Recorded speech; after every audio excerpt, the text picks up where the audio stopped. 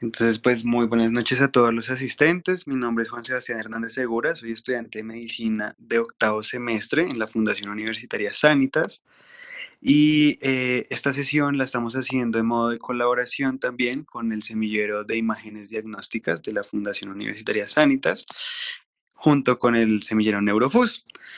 Como representante del semillero de radiología, o pues de imágenes diagnósticas, está el doctor Camilo Alberto Caicedo Montaño, que nos va a ayudar un poco y nos va a explicar un poco sobre los medios de contraste más adelante.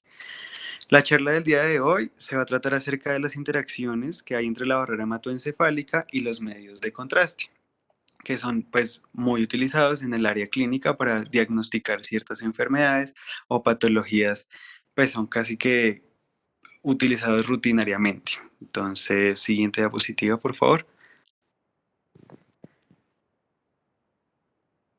Bueno, entonces la charla la vamos a dividir en 5 partes principalmente. La primera parte vamos a hablar un poco a grosso modo sobre qué es la barrera hematoencefálica. En la segunda parte hablaremos acerca de qué son los medios de contraste y cuáles son los medios de contraste que más utilizamos hablando como tal de neuroimágenes. Mm, la tercera parte de la charla va a ser como tal las interacciones entre los medios de contraste y la barrera hematoencefálica. Y lo que sería ya la cuarta parte, vamos a presentar una experiencia acerca de un caso de toxicidad inducida por medios de contraste a nivel neuronal, como un dato adicional. Y para finalizar, entonces la quinta parte va a ser una sesión de preguntas, respuestas, aportes. Entonces, pues vamos a ir trabajando, vamos cada parte a ver cada cosita. Siguiente diapositiva, por favor. Bueno, entonces, ¿qué es la barrera hematoencefálica? La barrera hematoencefálica es una estructura morfológica que se constituye por varias capas y van a estar rodeando los capilares que van a ingresar al cerebro y como tal a todo lo que va a ser el sistema nervioso central. La barrera hematoencefálica viene siendo más o menos como la primera línea de defensa que tiene nuestro sistema nervioso ante agentes patógenos o tóxicos. Y pues entonces en la imagen que tenemos en la parte derecha, podemos ver un poco como su estructura, a grosso modo, ya más adelante la vamos a explicar, pero pues que veamos que lo principal es que alrededor del vaso sanguíneo vamos a tener barrera hematoencefálica. ¿Listo? Entonces, siguiente diapositiva, por favor. Vale, respecto a la organización de la barrera hematoencefálica, vamos a empezar como en el orden desde donde está la sangre hasta el espacio como tal neuronal, empezando principalmente por el endotelio vascular, que son básicamente las células que van a formar el vaso sanguíneo, las arterias, las venas como tal. Los pericitos que se van a encontrar principalmente en la lámina basal, ese sería el segundo nivel hablando jerárquicamente. Los astrocitos perivasculares, que son como esas paticas que se ven en la imagen que están tratando de rodear el capilar. Y por último, la microglía, que son esas como mm, células, como en forma de asterisco que están alrededor, que están en la parte inferior, que son de color más o menos como naranja. Vale, siguiente diapositiva, por favor. Bueno, para poder desarrollarse la barrera hematoencefálica son muchos factores, son un proceso, pues es un proceso realmente largo que en el que intervienen demasiadas moléculas, factores como proteínas, citocinas, muchos marcadores moleculares, pero lo más importante y lo que quería como comentar al traer esta diapositiva en este momento es el cuadro número A, en el que podemos evidenciar que la producción o la generación de vasos sanguíneos y de células de la glía y de astrocitos, que son una parte de la barrera hematoencefálica, se va a ver desde el inicio, desde el periodo embrionario, hasta el periodo postnatal. Y entonces eso significa que una vez uno nace, aún así sigue generando y sigue construyendo barrera hematoencefálica. Entonces vemos que es importante, que es un proceso que va a ser más o menos aproximadamente hasta los 8 años que se va a estar desarrollando la barrera hematoencefálica. Siguiente diapositiva, por favor. Bueno, entonces ahora respecto a las principales funciones que tiene la barrera hematoencefálica, Podríamos decir que la primera es proteger como tal al cerebro de compuestos y moléculas que están circulando en la sangre y gracias a las uniones estrechas que son como tal en el endotelio es el vaso, ¿verdad? El vaso sanguíneo. Y entre cada célula del endotelio, entre célula y célula, hay unas uniones, unos espacios, unas aberturas que son las que llamamos las uniones estrechas. Esas uniones estrechas son las que van a permitir que pasen o no pasen los elementos que están en la sangre hacia el espacio neuronal. Entonces, por medio de estos espacios, por estas uniones estrechas, es como el cerebro básicamente va a protegerse de decir esto pasa y esto no pasa. La segunda función principal es el transporte selectivo desde la red capilar del parénquima cerebral por medio del transporte facilitado, como ocurre con la glucosa, o por la difusión activa, que es ya cuando depende del ATP, que es nuestro sustrato energético que obtenemos a partir de la glucosa. Por último, la tercera función principal va a ser metabolizar o modificar los elementos de la sangre hacia el tejido nervioso o de forma viceversa, desde el tejido nervioso hacia la sangre. Siguiente, por favor. Vale, entonces aquí en esta imagen lo que quería era explicar un poco el tema de las uniones estrechas. Entonces, si vemos que tenemos la sangre en el centro, donde vamos a tener los eritrocitos, que son las figuritas redondas rojas con una lucecita en el centro. Y la primera barrera que vamos a ver son las células endoteliales. Esas células endoteliales, como podemos ver en la parte izquierda, se unen por medio de unas proteínas que tienen diferentes nombres como la caderina, las claudinas, las ocludinas, y estas proteínas son las que se van a encargar de que la unión estrecha esté bien formada y esté lo suficientemente acorde y como con la suficiente, digamos, presión entre una y otra para que no se permita pasar sustancias que son tóxicas para el sistema nervioso.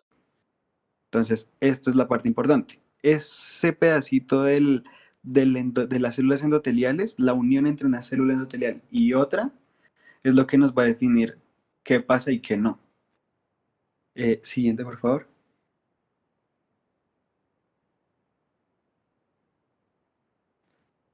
Vale, entonces las principales funciones celulares, hablando ya como tal de cada célula, el endotelio, que son las células que están como que revisten el vaso sanguíneo, pues su función principal va a ser eso, contener los elementos de la sangre y filtrar qué es lo que pasa y qué es lo que no pasa.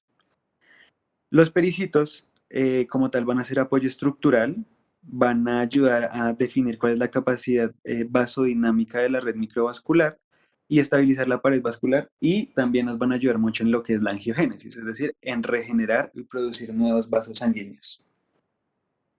Eh, Los astrocitos son las células de soporte. Dentro del sistema nervioso, las células que nos van a dar soporte y que nos van a dar sostén a casi toda la red neuronal, incluido también lo que van a ser los vasos sanguíneos, son los astrocitos. Entonces nos van a dar ese soporte físico y nos van a ayudar a regenerar la barrera hematoencefálica.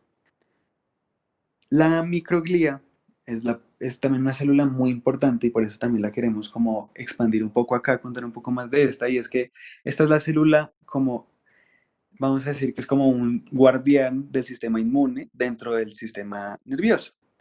Entonces, esta microglía lo que va a hacer es detectar qué agentes son patógenos o qué agentes están afectando o pueden llegar a ser dañinos para el sistema nervioso y los van a detectar, los van a fagocitar, se los van a comer más o menos, los van a agregar en partecitas pequeñas y van a ir al sistema nervioso, al sistema linfático, y le van a decir, hey, mire, esto está tratando de entrar al cerebro, hagamos algo. Listo. Y ya, siguiente diapositiva, por favor. Vale, entonces, lo, la característica que hay que tener en cuenta ahora es qué cosas o qué sustancias pueden pasar la barrera hematoencefálica y qué características deberían cumplir para poder pasarla, ¿verdad? Para eso entonces, las principales características que yo voy a nombrar en este momento, ya que es una revisión muy como rápida acerca de la barrera hematoencefálica, es el tamaño de la partícula y su característica, como de composición. Entonces, lo primero es las partículas que más fácil van a pasar las barreras hematoencefálicas son las partículas liposolubles, que son solubles evidentemente como en grasa, y como las membranas del cuerpo humano están hechas en grasa, pues se les va a facilitar mucho pasar por esa membrana. ¿Qué pasa con las partículas que son hidrofílicas? Pues que aparte de todo van a tener que cumplir también con una característica que es el tamaño. ¿Qué tamaño puede pasar por la barrera hematoencefálica?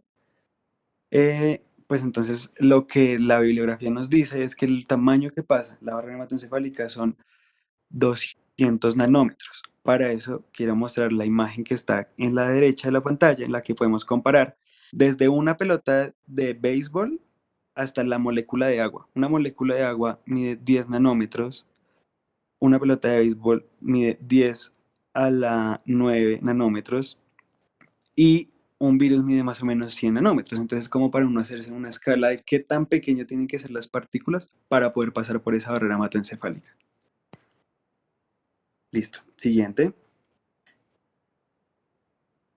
Bueno, entonces ya para la segunda parte, que vamos a hablar acerca de los medios de contraste, qué son, cuáles son los que más utilizamos, cuáles son sus características.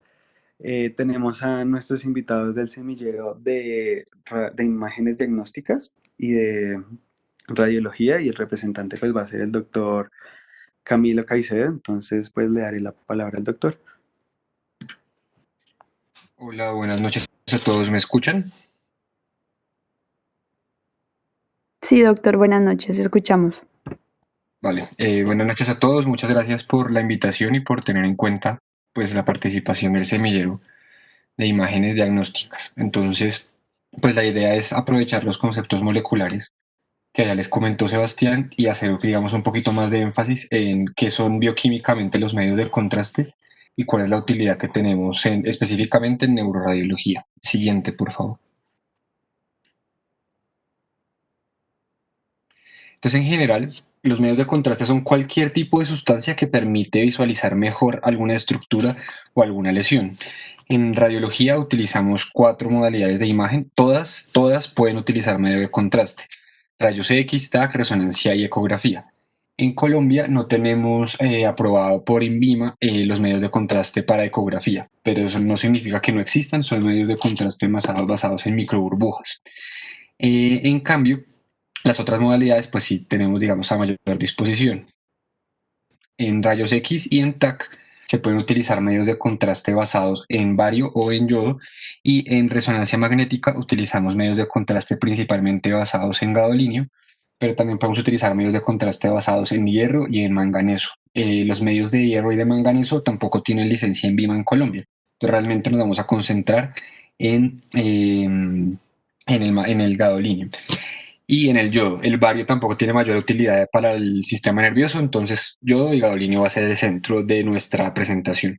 Es importante que los medios de contraste deben cumplir ciertas características para poder denominarse de esta forma: que no deben ser tóxicos a pesar que todos tienen un potencial tóxico, que no debe ser metabolizado en el cuerpo a pesar que algunos de ellos pueden ser almacenados en ciertas partes, como el gadolinio, que se puede almacenar a nivel núcleo basal, que no debe generar síntomas de administración a pesar que algunos de ellos pueden generar reacciones alérgicas. Idealmente deben tener rápida eliminación y deben durar el tiempo suficiente en el órgano para que este pueda ser visualizado y estudiado. Es importante tener en cuenta varios detalles respecto a los medios de contraste. No están en la diapositiva, pero deben estar disponibles en la naturaleza para que los podamos, pues digamos, manipular. No todos los medios de contraste tienen que ser necesariamente moléculas que interaccionen con la estructura anatómica. El agua también es un medio de contraste. Uno puede dar agua para diferentes estudios y también hace parte de los contrastes que utilizamos en radiología. Y el aire también es un buen medio de contraste. Entonces va a haber muchas modalidades de imagen donde el aire y el agua también los utilizamos como medio. Siguiente, por favor. Entonces este fue un cuadro que organicé cuando entré a la residencia de los diferentes medios de contraste que utilizamos en el cuerpo. Entonces, como les había comentado, hay unos que son de origen natural, como el aire, y con sus componentes nitrógeno, oxígeno, dióxido de carbono, helio; neutros como el agua y positivos como el azufre. Estos se consiguen en la naturaleza.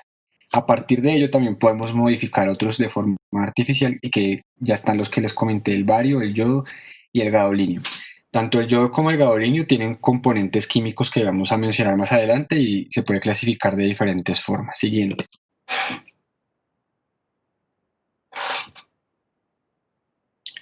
Entonces, para neuroradiología vamos a utilizar principalmente yodo y gadolinio.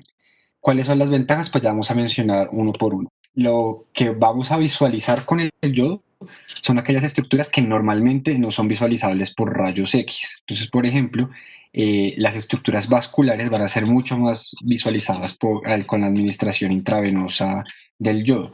También está descrita que se puede hacer la administración por otras vías como intratecal, pero realmente lo que se utiliza realmente es la administración intravenosa que vamos a poder visualizar con el yodo, entonces casi siempre va a ser útil para estudios de angiotomografía.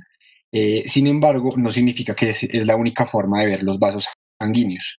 La resonancia simple, y es un concepto que debemos tener en cuenta, la resonancia simple, vasos sanguíneos tanto arteriales como venosos del encéfalo. Entonces, es tener en cuenta que no siempre que se pueda administrar yodo, quedamos excluidos de valorar la vascularización porque no se necesita para ello.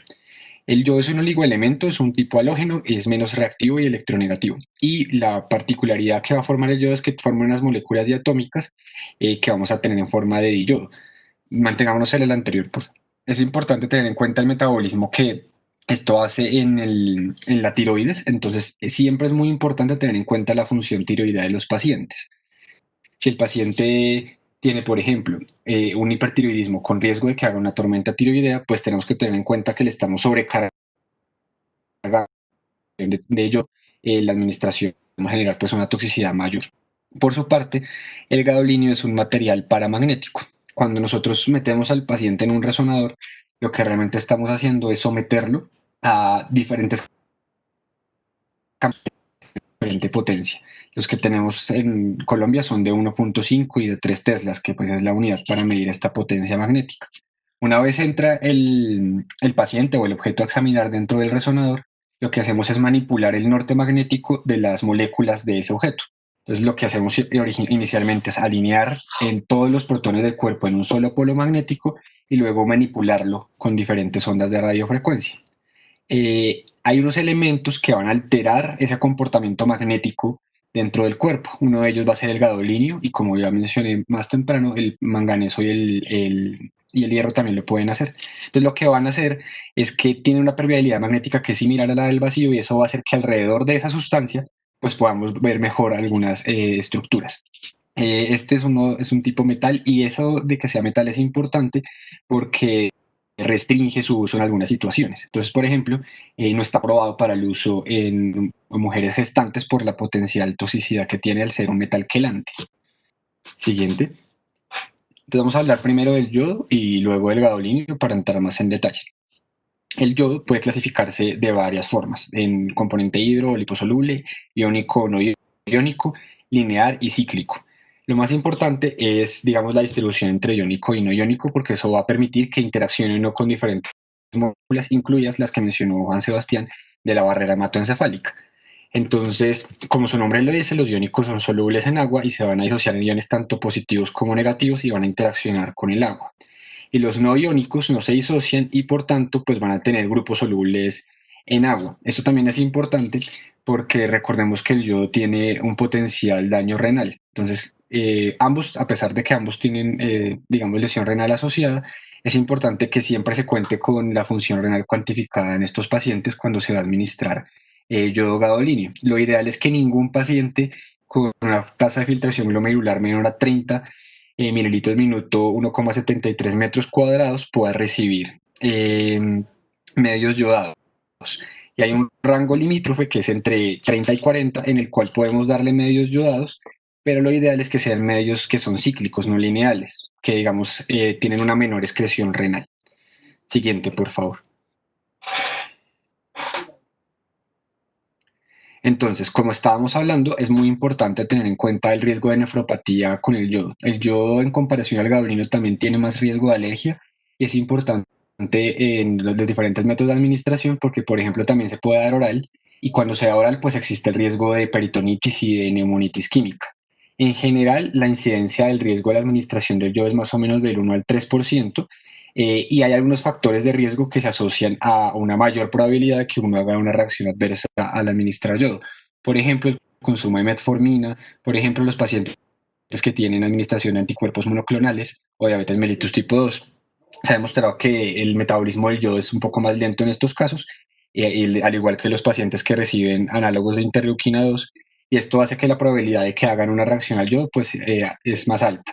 Lo mismo los pacientes que en general tienen hipersensibilidad, como asma, rinitis alérgica, también tienen un mayor riesgo. Entonces es importante que cada vez que ustedes indiquen a un paciente que se le da administrar yodo, pues se tengan en cuenta esos riesgos tanto de enfermedad renal como de un contexto alérgico. Siguiente. Bueno, entonces eso respecto al yodo, tener en cuenta que lo que vamos a hacer es, sobre todo es darle mayor densidad en el TAC oculares. El gadolinio tiene un comportamiento, digamos, que quiero que pues tengamos en cuenta. El gadolinio, como ya dijimos, es un lantáneo, es un metal pesado, es un poquito más seguro en comparación al yodo en cuanto a que las reacciones adversas que se han presentado son menores. Su metabolismo es hepático y su excreción es renal. Hay, digamos, dos grupos grandes de medios de contraste basados en gadolinio, los intracelulares y los extracelulares. La mayoría de los que vamos a utilizar para neuroimágenes son extracelulares, es decir, eh, no van a ingresar en ningún momento al citosol. Sin embargo, pueden permear las uniones que estábamos hablando, las uniones estrechas que estaba mencionando Sebastián, y eso hace que la membrana celular se pueda permear del gadolinio.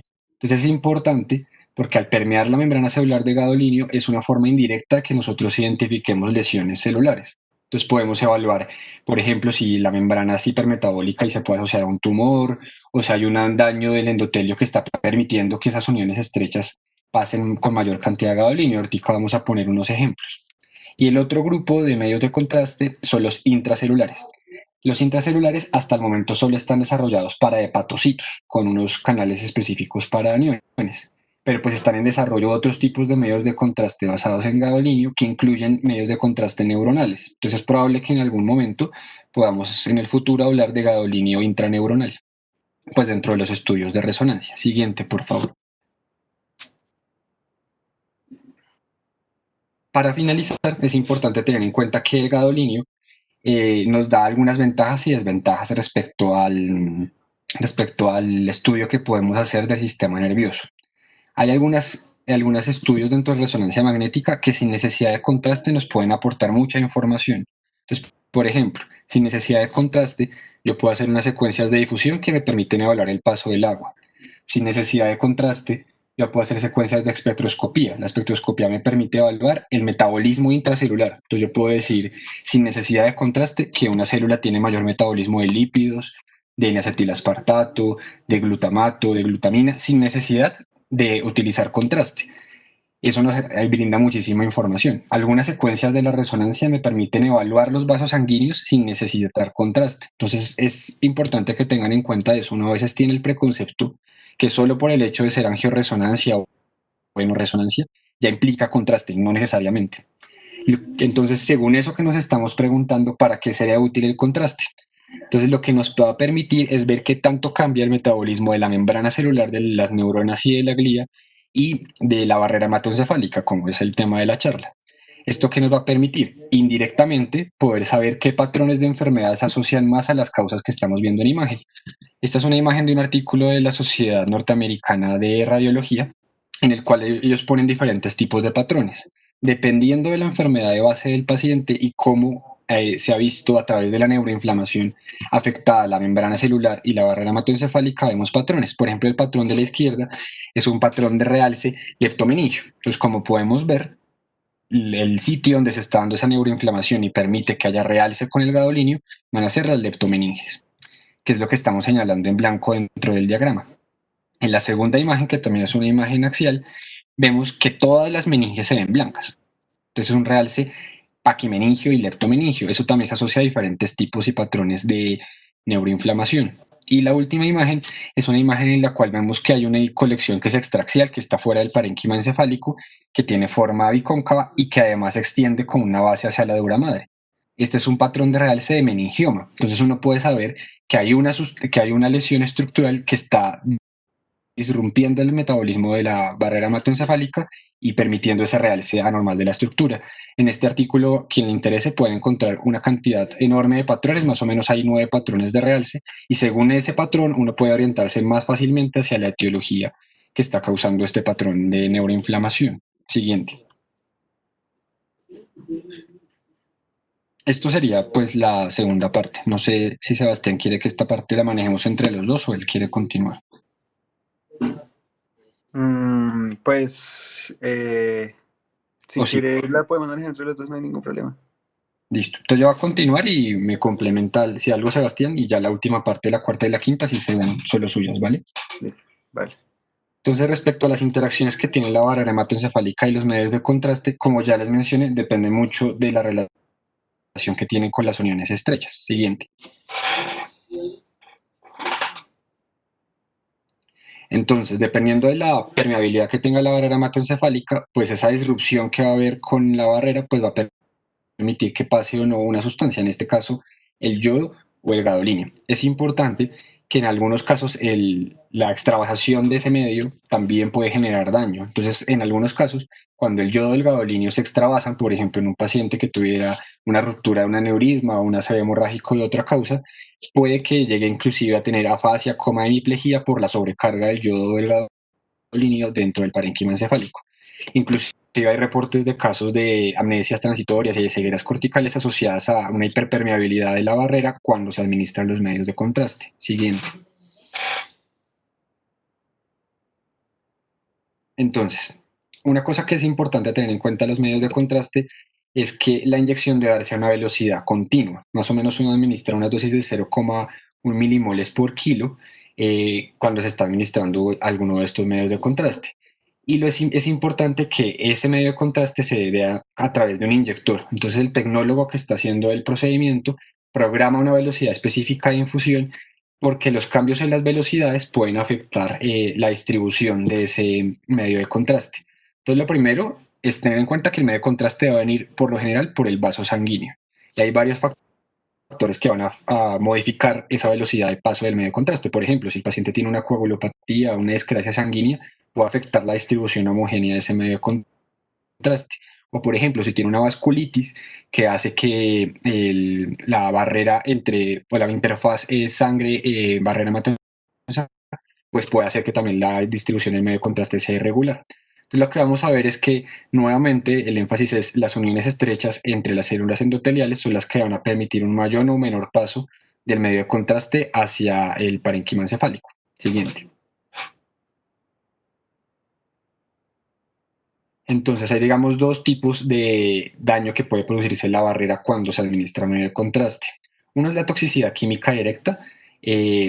Por ejemplo, como ya les mencioné, el gadolinio pues es un metal, entonces pues tiene, digamos, todas las reacciones que pueden generarse por quelación. Y lo que va a pasar es que puede haber una toxicidad química que va a hacer que estos componentes se queden dentro, digamos, a nivel intracelular, como no debería ocurrir. Y esto pues va a generar reacciones enzimáticas al interior que pueden afectar la capacidad de conducción de las neuronas. Y lo segundo que puede pasar es que hay una hiperosmolaridad, sobre todo se da con los medios de contraste de yodo hiperosmolares, que van a destruir aún más la integridad de las uniones y va a generar, pues digamos, más daño con la administración del contraste. Otra cosa que es importante es tener en cuenta que el gadolinio, a pesar de esto, siempre tiene un riesgo de acumulación en la región nucleobasal. Entonces, no es tan infrecuente que con la administración secuencial de gadolinio, independientemente de la barrera, se vean depósitos en la cápsula interna, especialmente en la porción, retrolenticular, perdón, de ella, por el depósito de gadolinio. Sigamos. Y como ya les mencioné, pues la existencia sobre todo de las partículas de yodo pues va a afectar el potencial de transmisión normal que tendrían pues estas neuronas. Inclusive hay casos de convulsiones inducidas por yodo, pero pues digamos que sería como el espectro más grave de estas reacciones adversas. Siguiente.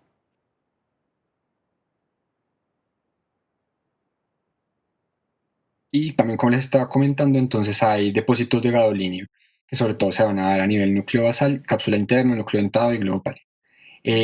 casi siempre se es proporcional al número de veces que se administra el medio de contraste. Entonces, por ejemplo, hay niños que desde el nacimiento han estado expuestos a múltiples resonancias por diferentes diagnósticos de base y en la vida adulta pues se vuelve, digamos, un hallazgo frecuente. Hasta el momento no tiene ningún significado clínico, pero pues es importante hacer pues este estudio. En las imágenes de la izquierda vemos este artículo que buscó Sebastián, que son imágenes de resonancia magnética potenciadas en T1, todas ellas en corte axial. Es importante que en resonancia el contraste se debe ver en T1, que es donde brilla, donde así, digamos, va a ser el efecto de hiperintensidad.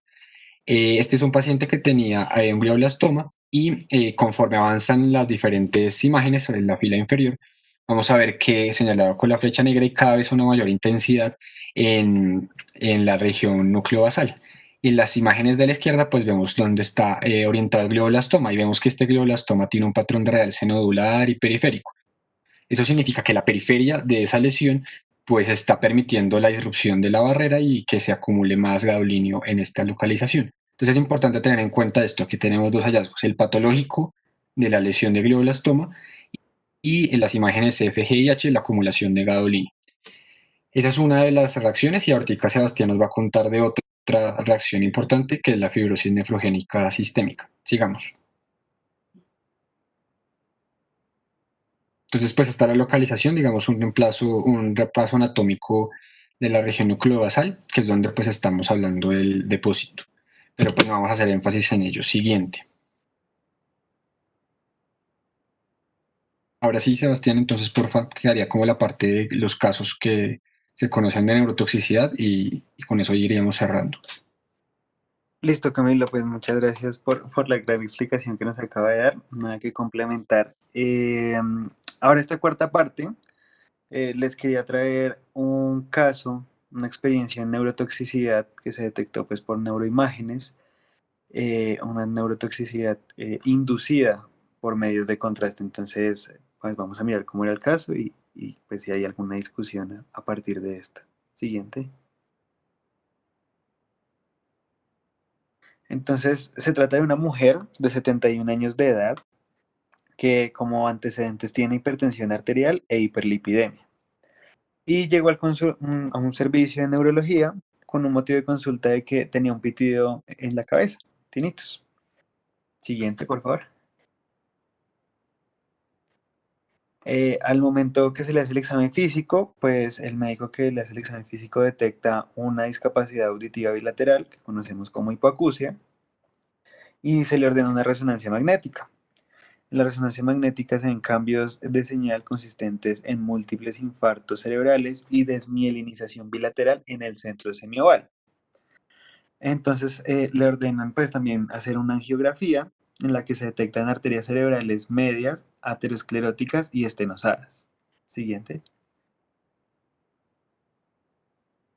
Entonces aquí estamos viendo las dosis y el medicamento que se utilizó como medio de contraste. Entonces estamos hablando de que se le hizo con iopamidol. Se le administraron 110 mililitros en un principio y luego cuando se hizo la angiografía del arco, se le administraron otros 25 mililitros del mismo medio de contraste. 10 minutos después de que se hizo la angiografía, la paciente empieza a referir que tiene un dolor de cabeza leve, pero pues era manejable. Entonces continuaron el procedimiento, lo finalizaron y al finalizar el procedimiento pues reportan que no se detectaron ni hemorragia ni vasoespasmos. Siguiente. Entonces aquí traíamos la imagen de la angiografía, pues en la que se evidencia como tal la estenosis de las arterias cerebrales, que era bilateral, ahí está señalado con las flechas, no sé si lo logren ver. Y ya, pues ese fue el hallazgo que se tuvo en ese momento. Siguiente, por favor. Eh, Dentro de las siguientes horas después del procedimiento, la paciente empieza a referir que presenta adicionalmente náuseas y vómito y la cefalea se volvió de mucha mayor intensidad. Entonces, en este caso los médicos lo que hicieron fue tratarlo con dexametasona y tomaron una tomografía que para este momento era normal. 2 horas después, la paciente manifiesta que tiene mareo, lo manejaron farmacológicamente y le dieron una solución de cloruro de sodio que pues su objetivo era facilitar la eliminación del medio de contraste. Siguiente. Eh, Tiempo después de la administración de esta solución de cloruro de sodio, la presión sanguínea de la paciente disminuye a 183 milímetros de mercurio sobre 92 milímetros de mercurio y la paciente se encontraba somnolienta. Todavía era posible como hacerle interrogatorio, pero se encontraba somnolienta.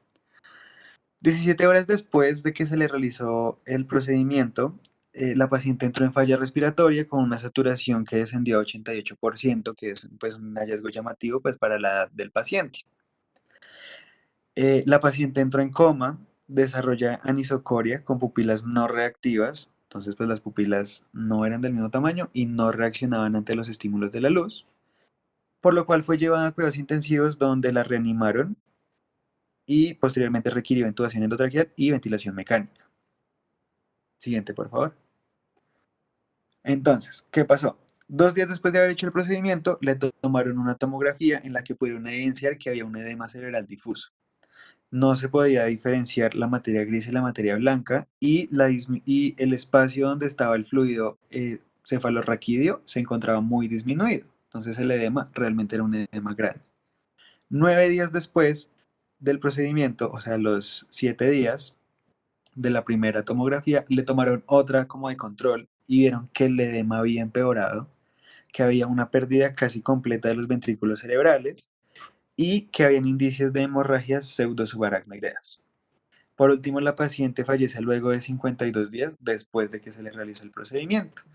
Lo que vemos en este caso es un tipo de neurotoxicidad que realmente es muy extraño. Se han reportado solamente 8 casos en los últimos años acerca de este tipo de neurotoxicidad, que si bien es poco frecuente, también las consecuencias son bastante graves y pues lo interesante del caso y la razón por la que lo quería traer era porque pues es un proceso que es un procedimiento que se realiza muy comúnmente y que tenemos que tener en cuenta que este podría ser un desenlace y que igualmente, por más de que sea un medio de contraste que solamente sea para identificar y ver diferentes estructuras con mejor claridad, igual también tiene sus riesgos y que esta es una de esas consecuencias graves que uno no siempre tiene en cuenta. Entonces, pues sería interesante traer este caso y si quieres, por favor, la siguiente diapositiva. Aquí podemos ver la evolución que tuvo la paciente desde la primera tomografía que se tomó hasta la última. Entonces, aquí vemos la primera que se tomó y todavía podemos identificar los ventrículos, podemos ver diferenciar la materia gris, la materia blanca. Ya en la segunda tomografía, que es la de la letra E, por ejemplo, ya es mucho más difícil poder diferenciar materia gris y materia blanca y pues mucho menos los ventrículos cerebrales. Siguiente, por favor. Y aquí vemos ese edema difuso eh, súper exacerbado que realmente es muy complicado poder diferenciar estructuras bajo esta propia imagen. Entonces, este era el caso que queríamos mostrarles. Siguiente, por favor.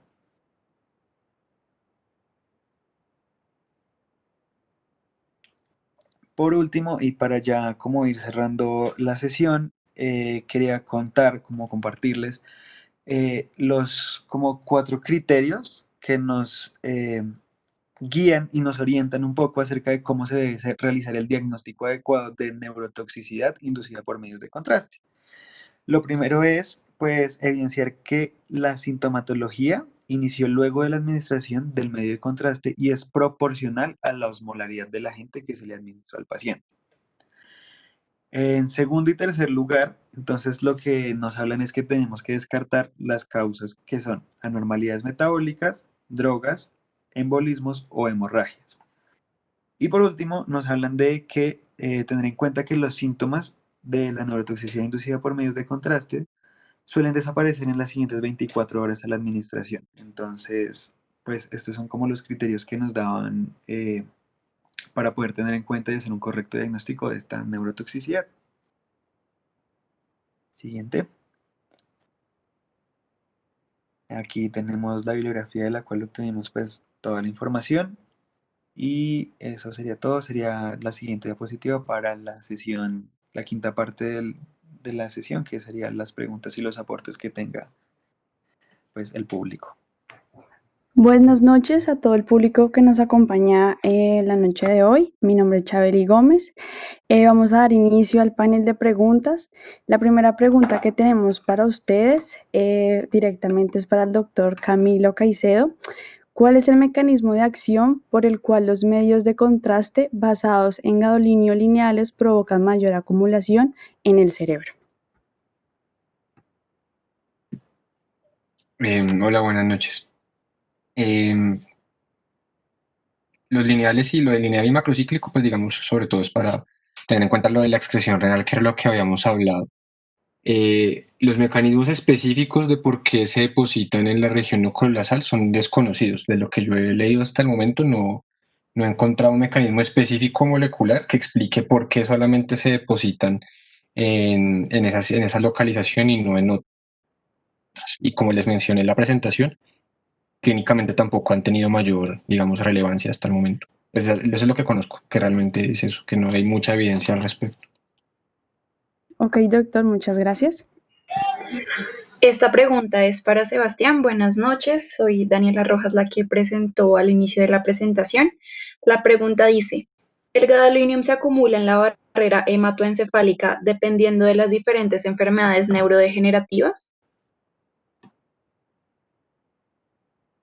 No, hay que tener en cuenta que el gadolinium como tal no se acumula en la barrera hematoencefálica. El gadolinium se acumula en los núcleos basales, principalmente el núcleo dentado y el globo pálido, que son como los principales que se acumulan, no como tal en la barrera hematoencefálica.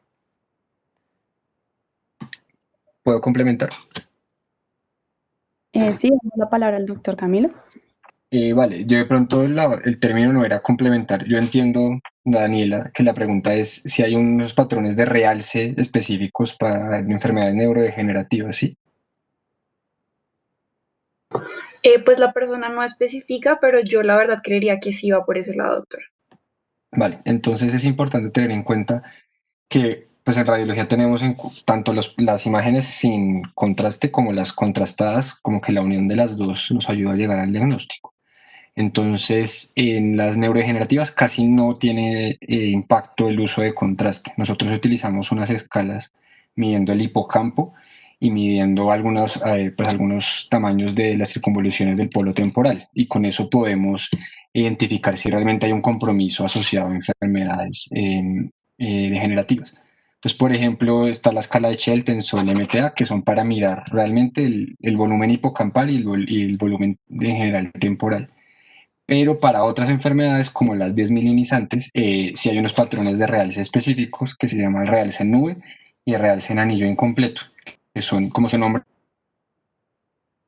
da una forma de nube en las secuencias con gadolinio o da una forma de un anillo que no está completamente cerrado, sino el aspecto no cerrado del anillo queda orientado hacia la región yuxtacortical. Entonces, es más para las desmielinizantes que para las neurodegenerativas. No sé si con ello respondo a la pregunta. Muchas gracias, doctor. La tercera pregunta, también dirigida para el doctor Camilo. ¿Los medios de contraste generan toxicidad a nivel neuronal? Sí, como comentamos en la charla, existe el riesgo, digamos que la prevalencia de ello es de menos del 1%, pero está descrito como el caso que nos mostró Sebastián de la neurotoxicidad que puede darse por yodo. Por gadolinio es más bien raro, digamos los reportes de gadolinio sí son casi cercanos al 0%, pero sí hay unas enfermedades sistémicas asociadas al uso de gadolinio. A pesar que el nombre suena a riñón, no solamente es así, se llama fibrosis nefrogénica sistémica y son pacientes que hacen en todas las partes del cuerpo reacciones de fibrosis y hacen cambios de demencia temprana pues en el encéfalo. Estos son, digamos, casos que están muy contados dentro del mundo. Hay un estudio que es el estudio de la Universidad de Yale y ellos siguen como todos los casos que se reportan, pero realmente no son muchos. Yo creo que es básicamente eso. Sí hay casos con yodo y con gadolinio, muy pocos. Muchas gracias. La cuarta pregunta va dirigida para Sebastián y dice, ¿la barrera hematoencefálica como sistema de difusión restringe el acceso al parénquima nervioso de un sinnúmero de compuestos que circulan en la sangre? Sí, claro que sí. Digamos que esa es su principal función y es básicamente filtrar qué es lo que puede entrar y qué es lo que no. Sin embargo, digamos que a la barrera hematoencefálica, por sus características de filtrado, también se le dificulta manejar, digamos, nuevas partículas que ahora conocemos, como las nanopartículas. Y, por ejemplo, es muy fácil y es muy sencillo que, por ejemplo, la plata, las nanopartículas de plata puedan llegar al cerebro, aunque no la, o sea, no la plata en sí, como el material grande, sino las nanopartículas. Podrían llegar y podrían generar una neurotoxicidad. Pero esa es la función de la barrera, como limitar qué es lo que puede entrar y qué es lo que no, principalmente basado en el tamaño y las características de composición.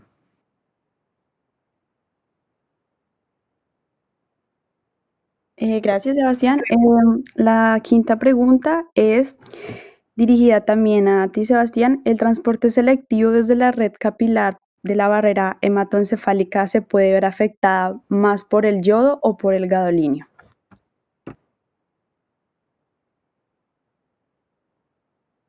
Principalmente se vería afectado por el yodo. El yodo realmente es el que tiene como más eventos en los que pueden hacer disrupción y daño como tal de la barrera hematoencefálica, aumentando esa como permeabilidad al incrementar el espacio que hay entre las uniones estrechas. Muchas gracias, Sebas. Esta pregunta también va dirigida para ti y dice, ¿la barrera hematoencefálica metaboliza o modifica los elementos de la sangre hacia el tejido nervioso?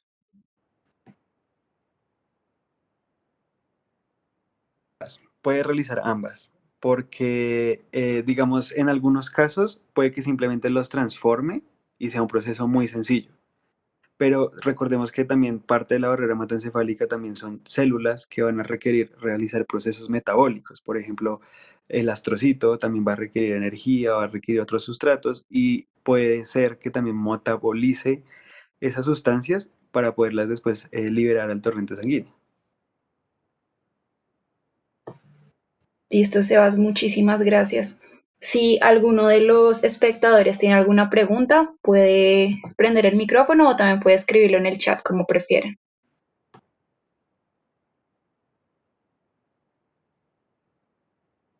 Tenemos otra pregunta para el doctor Camilo.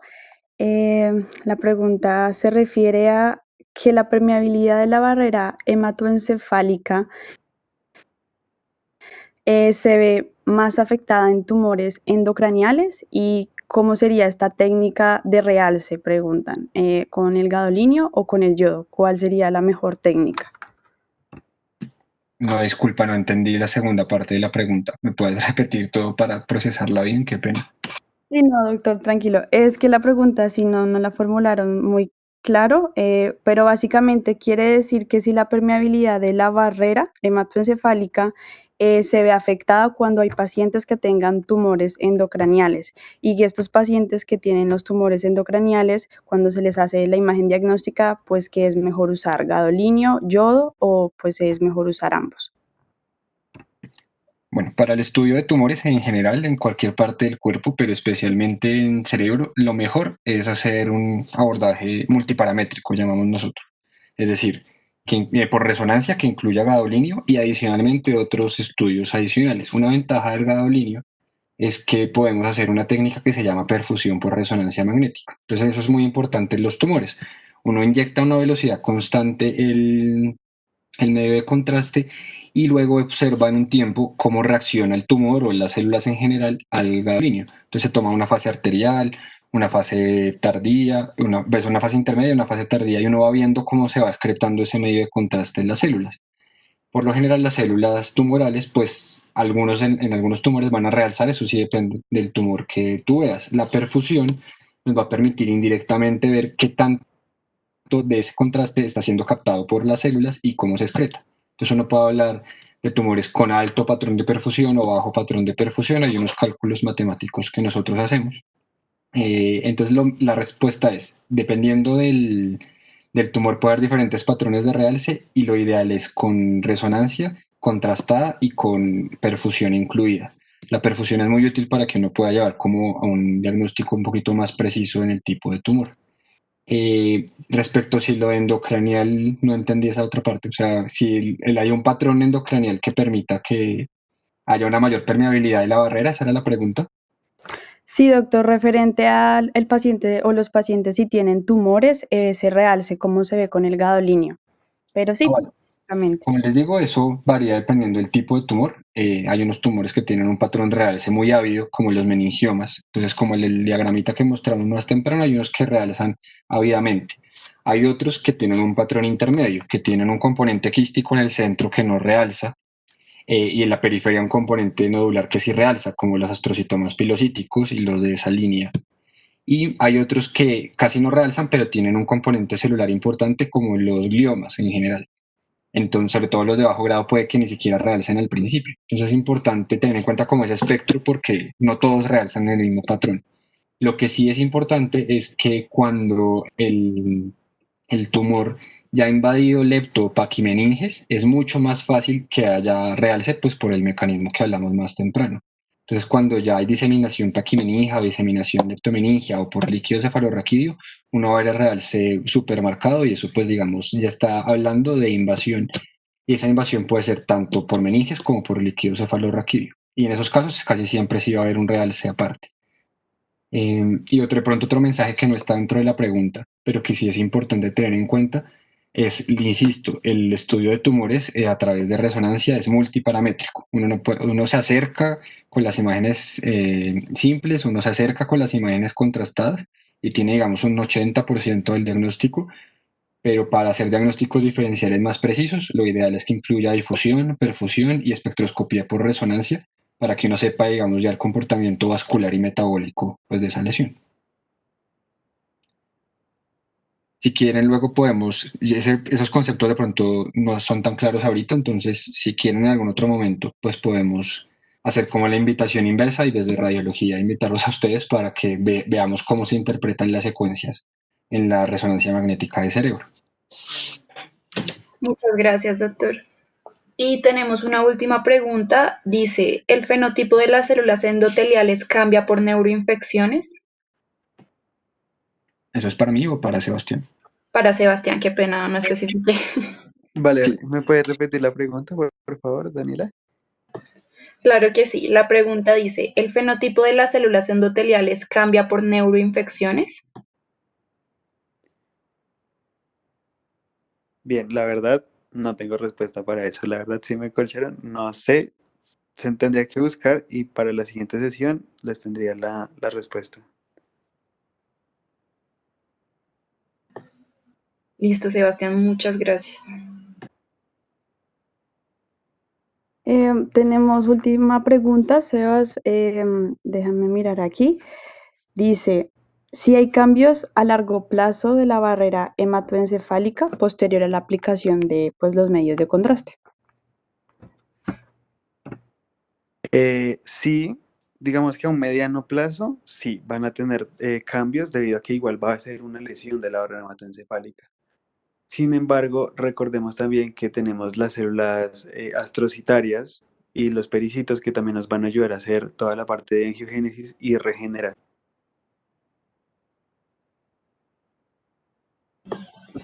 Muchísimas gracias, Sebas. Queremos recordarle a la audiencia que en el chat vamos a dejar un link de la encuesta para que por favor la llenen.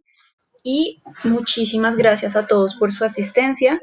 Esperamos poder contar con ustedes para las siguientes charlas. Muchas gracias al doctor Camilo y a Sebastián. Y nuestra siguiente charla va a ser inteligencia emocional. La va a dar el estudiante Nicolás Tamayo el próximo miércoles a las 8 de la noche.